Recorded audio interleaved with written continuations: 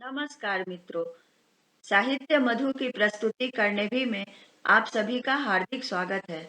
मैं रीता शेखर मधु लघु कथा वाचन की रविवारीय श्रृंखला में आज प्रस्तुत करने जा रही हूँ बेहद संवेदनशील एवं बेहतरीन लघु कथाकार कंचन अपराजिता जी की लघु कथा तथास्तु। ईश्वर एक कमरे में एक आत्मा को ले गए। कहा, अपना आगामी जीवन चुन लो। आत्मा देखती है वहां अनेक मेज हैं। किसी मेज पर कुछ इलेक्ट्रॉनिक सामान रखे हैं, किसी मेज पर विभिन्न प्रकार की मिट्टी, तो किसी मेज पर सौंदर्य प्रसाधन रखे हैं। उसे एक कोने में पड़े हुए मेज ने आकर्षित किया।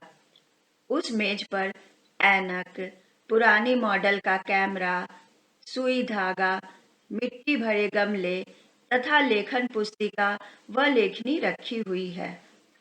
ईश्वर उसे देख मुस्कुरा कर कहा, सभी के साथ कुछ सकारात्मक व नकारात्मक बातें जुड़ी हैं। चलो मैं विश्लेषण कर दूं। उन्होंने आगे कहा, इस ऐनक से तुम भूत और भविष्य दोनों देख सकोगी।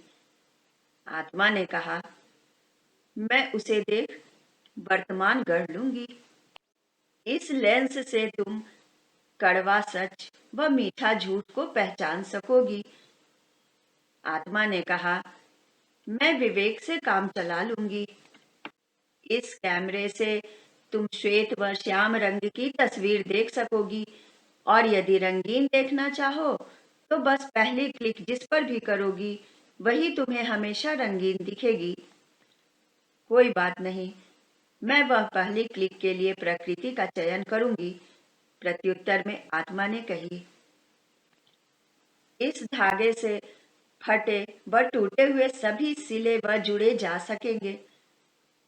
मैं तो इससे बिखरे दिल जोड़ दूंगी और फटे रिश्ते को प्रेम धागे से सिलूंगी। इस गमले की मिट्टी में फूल के साथ साथ कांटे भी निकलेंगे। मैं गुलाब के पौधे लगा लूंगी। अब ईश्वर शांत हो गए। आत्मा ने सोचा, प्रभु ने पुस्तिका और लेखनी के बारे में कुछ भी नहीं कहा। कौतूहल से पूछ बैठी, ये लेखन पुस्तिका व लेखनी के बारे में भी तो बताइए। ये तेरे किसी काम की नहीं होगी। इसमें तेरे जीवन की कहानी का अंत मैंने लिख दिया है। आप इसे क्या आरंभ से लिखने की इजाजत देंगे? मैं आपका लिखा अंत ही स्वीकार करूंगी। क्या करोगी तुम आरंभ से सभी कुछ लिखकर, जब अंत नहीं जानती हो? आत्मा आंखों में चमक लेकर के कहा, हो सकता है मैं इसे अपने कर्मों से इतना अच्छा लिखूं कि आपको मेरे अनुकूल कहानी का अंत करना पड़े। ईश्वर प्रसन्न होकर कह बैठे, तथास्तु। लघु कथा यहीं पर समाप्त होती है। कंचन अपराजिता जी की यह लघु कथा संदेशप्रद है। जीवन में सकारात्मकता और नकारात्मकता साथ साथ चलती है। लेखिका ने बहुत ही खूबसूरती से ईश्वर प्रदत्त हर वस्तु को सकारात्मक दृष्टिकोण से खूबसूरत बना दिया। कहते हैं कि किस्मत ईश्वर की लेखनी से लिखी जाती है। आदि से अंत तक के रचयिता वही होते हैं। इसलिए ईश्वर ने आत्मा को कुछ वस्तुएं दी, किंतु लेखनी और पुस्तिका देने की आवश्यकता ही नहीं समझी।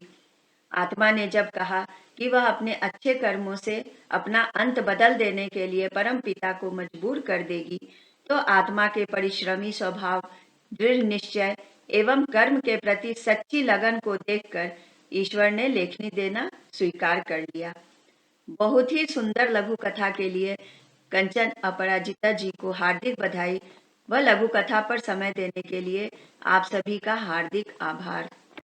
मित्रों, यदि आपको यह चैनल पसंद आए तो लाइक और सब्सक्राइब अवश्य करें और दोस्तों को भी शेयर करना न भूलें। धन्यवाद।